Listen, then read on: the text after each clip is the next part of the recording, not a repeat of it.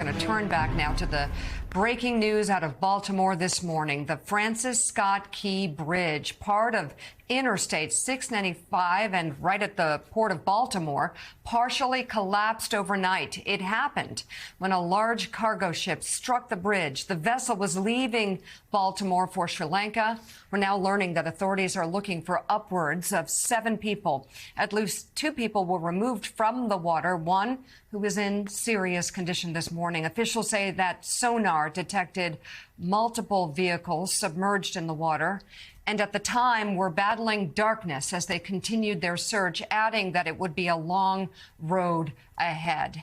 Let's go straight to NBC News correspondent Ryan Nobles live at the scene. Ryan, what more can you tell us? Well, Mika, we're getting a much clearer picture of exactly what's happening here in Baltimore from the last time we spoke at 6 o'clock as the sun is starting to rise. And if you can kind of look here behind me, our photographer Jim Long is going to give you a better view of this. Just beyond that sign where you see the arrow pointing, you can actually see part of the span of the bridge that has collapsed in the distance here. And just to give you an idea of what this would normally look like, as you're driving up this entrance to the Francis Scott Key Bridge on a normal day, you'd be able to see the bridge in the distance clear as day. You'd be able to see cars heading up the ramp onto the bridge. That's obviously now all completely gone from the skyline, and all that is left is kind of the spans of those bridge, the spans of the bridge knocked over and kind of toppled into the water. And so that's what we can see from our vantage point.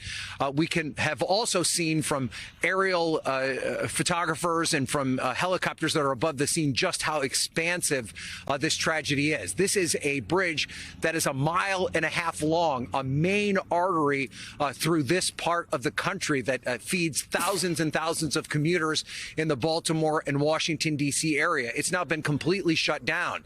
Now, this happened at around 1:30 this morning. I'm sure you've seen the video many times now, this container ship slamming in to the bottom of the bridge and then the bridge completely collapsing. It's led to a frantic search and rescue effort here by first responders and officials in Baltimore City and Anne Arundel County and others.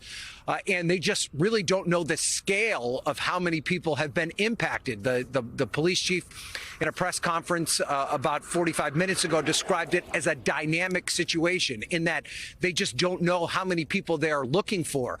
We do know that there was a construction crew that was working on the bridge at the time of the collapse, and that some of those construction workers fell into the water. In fact, my colleague Julia Jester talked to family members of those construction workers who were frantically standing by at a convenience store at the base of the bridge looking for answers, and they just were not being told exactly what had happened to their loved ones.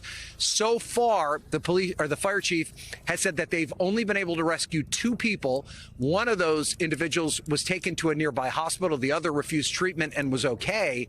But they just don't know how many other people could potentially be in the water, in part because all of this happened in the middle of the night. And when I first arrived here around 4:30, 4:45 this morning, it was pitch black. There was a full moon, but you could hardly see anything. So when you take that into account and the fact that you're dealing with water, the idea that you could see and find people that were struggling to survive in a situation like this, you can understand how difficult that is. Now, the other complicating factor to all of this is the weather. It is now starting to be a very nice morning here in Baltimore, but it is cold. The temperature somewhere in the 30s overnight. There is a whipping wind, that wind chill that just adds to the complications there. And then the water itself was in the 40-degree range. So that means chances of survival in a period of time in water like that is not very long. So at this point, though, the first responders, the officials here saying they are still very much in a search and rescue effort as they do everything they can to rescue the people that were part of this tragedy here in Baltimore. Joe and Mika, back to you.